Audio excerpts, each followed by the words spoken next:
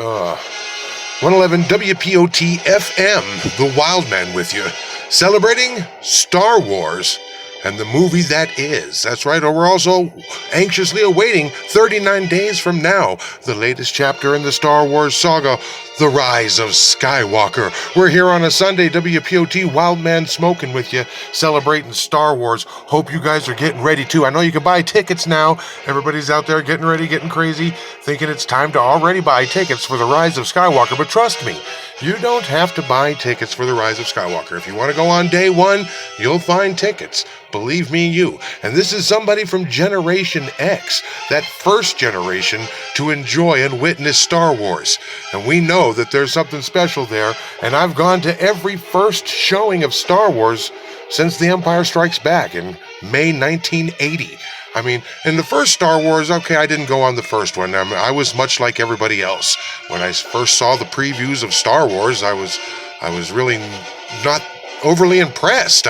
There was those early previews, and we were already at the theater when we saw them, and I thought, oh, just some more science fiction hogwash that they usually tend to make in the 70s, and it didn't look like anything special.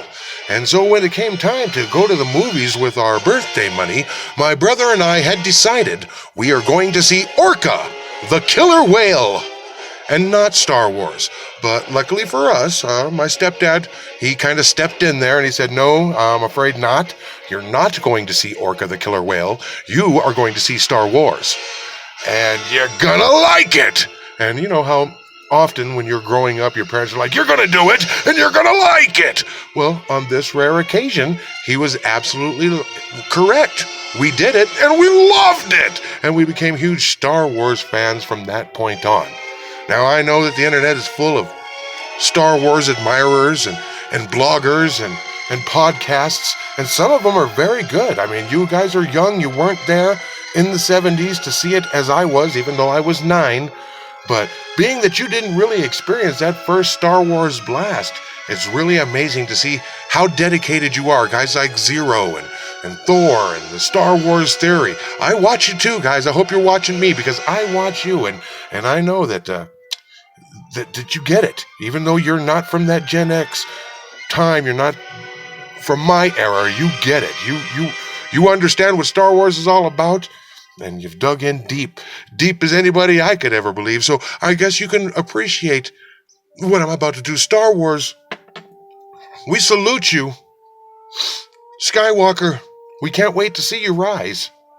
Lucas, wow, way to keep in there when everybody was telling you that it wasn't going to be a very good movie. Without your determination and tenacity, we might not be here right now. Star Wars, I salute you. 111 W.P.O.T. loves the mighty Star Wars.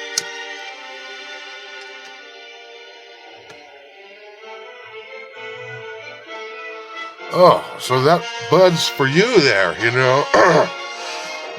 Oh, yeah.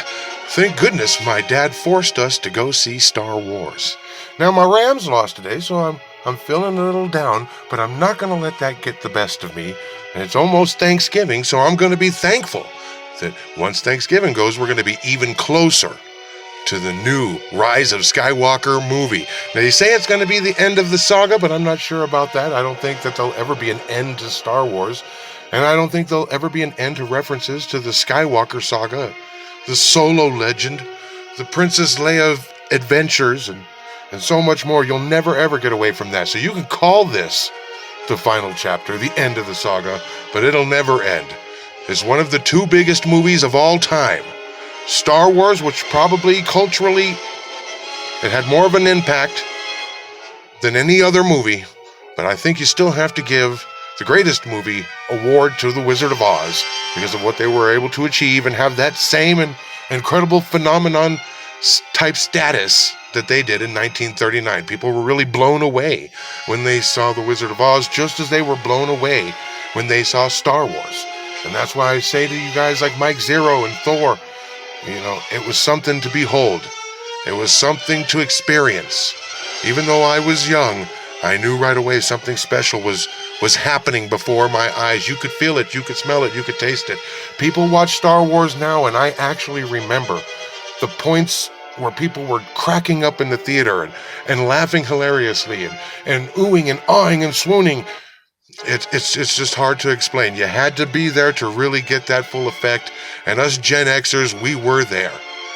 But to you guys that weren't, you millennials and you Gen Zers, I am impressed. When I live in the halls of Montezuma, salute Star Wars. And all you guys out there with your podcasts and your blogs, you keep up the fantasy, you keep up the good work. The Wild Man is with you, and W.P.O.T will always be there, along with Star Wars, baby. Yeah.